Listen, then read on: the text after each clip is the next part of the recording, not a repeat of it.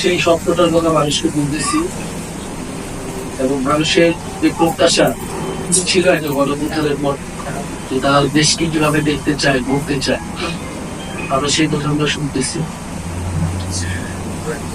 আমরা এখানে কোনো দল বা পার্টি হিসেবে আসলে আসবো, রাজনৈতিক দল আপনাদের সাথে আমাদের সম্পর্ক, শহীদ পরিবারের সম্পর্ক পুরো রাজনৈতিক দল হিসেবে আমরা এই আন্দোলনের সামনের সারিতে ছিলাম, নেতৃত্ব দিয়েছিলাম, আমাদেরকে খুব করা হয়েছিল, ডিবি অফিসে ধরে নিয়ে গেছিল, মৃত্যু আমাদেরও হইতে পারে।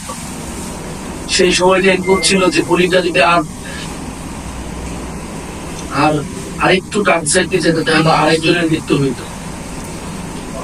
তাহলে আমরা মনে করি যে আপনাদের সাথে আমাদের সেই সম্পর্কটা দল মত নির্বিশেষে সবকিছুর ঊর্ধ্বে গিয়ে হচ্ছে শহীদ পরিবারের সাথে আমাদের একটা আত্মার সম্পর্ক। আমরা একটা পরিবার এবং